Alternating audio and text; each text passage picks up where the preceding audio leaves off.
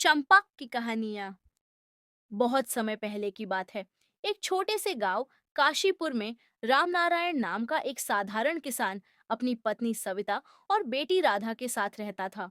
रामनारायण की जिंदगी संघर्षों से भरी थी, लेकिन वह देवी दुर्गा का अटल भक्त था। गांव के लोग उसकी भक्ति और उसके शांत स्वभाव की सराहना करते थे। हर साल रामनारायण नवरात्रि के दिनों में दुर्गा माँ की पूजा श्रद्धा और समर्पण के साथ करता था। उसकी मान्यता थी कि माँ दुर्गा ही उसके परिवार की रक्षा करती है और उसकी कठिनाइयों को दूर करती है। रामनारायण का परिवार बहुत गरीब था। उसकी छोटी सी जमीन से मिलने वाली फसल भी कभी-कभी पर्याप्त नहीं होती थी। एक साल गांव में भयंकर सूखा पड़ा।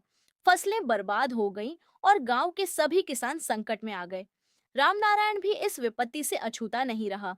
उसके घर में खाने का अनाज तक नहीं बचा था।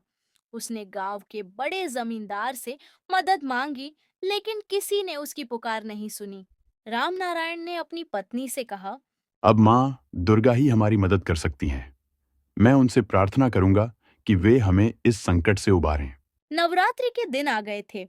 रामनारायण ने माँ दुर्गा की पूजा के लिए अपना बचा खुचा धन खर्च कर दिया। उसने एक छोटा सा कलश, कुछ फूल और प्रसाद की व्यवस्था की और गांव के मंदिर में जाकर माँ दुर्गा की मूर्ति के सामने बैठ गया। उसकी आंखों में आंसू थे और मन में सिर्फ एक ही प्रार्थना थी। माँ दुर्गा, कृपा कर हमें इस कष्ट से मुक्त कर दो।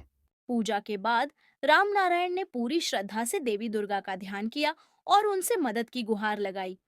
वह रात भर मंदिर में ही बैठा रहा, प्रार्थना करता रहा। सुबह होते होते उसकी आंख लग गई। उसी दौरान उसे एक सपना आया। उसने देखा कि माँ दुर्गा स्वर्णिम आभा के साथ उसके सामने प्रकट हुई और कहने लगी, रामनारायण, घबराओ मत। तुम्हारी भक्ति ने मुझे प्रसन्न कर दिया है। जाओ, कल सुबह गांव के पूर्व दिशा की ओर स्थित जंगल में एक बरगद का पेड़ है। उस पेड़ के नीचे तुम्हें एक गुप्त खजाना मिलेगा। उससे तुम्हारी गरीबी दूर हो जाएगी और तुम्हारे परिवार को कभी कोई कष्ट नहीं होगा। लेकिन याद रखना, इस खजाने का उपयोग केवल अच्छे कार्यों के लिए करना। रामनारायण की आंख खुली तो वह तुरंत माँ दुर्गा के इस संकेत को समझ गया। वह अपने घर लौटा और अपनी पत्नी सविता को सपना सुनाया। सविता ने भी माँ दुर्गा की कृपा पर पूरा विश्वास किया और रामनारायण से कहा। तुम तुरंत जंगल जाओ और माँ दुर्गा के निर्देश का पालन करो। अगली सुबह रामनारायण जंगल की ओर चल पड़ा। वहां पहुंचकर उसने उस बरगद के पेड़ को ढूंढा जो सपने में माँ दुर्गा ने दिखाया था। पेड़ के नीचे खोदने पर उसे एक पुराना बर्तन मिला। बर्तन को खोलते ही उसकी आंखें चमक उठी। वह बर्तन सोने के सिक्कों और गहनों से भरा हुआ था। रामनारायण ने तुरंत माँ दुर्गा को धन्यवाद दिया और खजाना लेकर गांव लौट आया।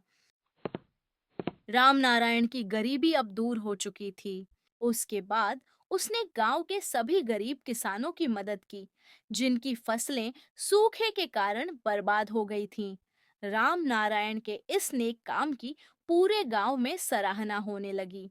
इस तरह रामनारायण की ईमानदारी और माँ दुर्गा की कृपा से उसका जीवन खुशहाल हो गया।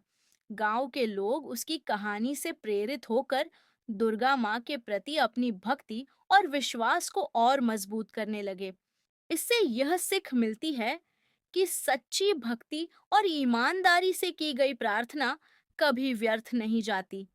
माँ दुर्गा सदैव अपने भक्तों की रक्षा करती है और सच्चे कर्मों का फल अवश्य देती है।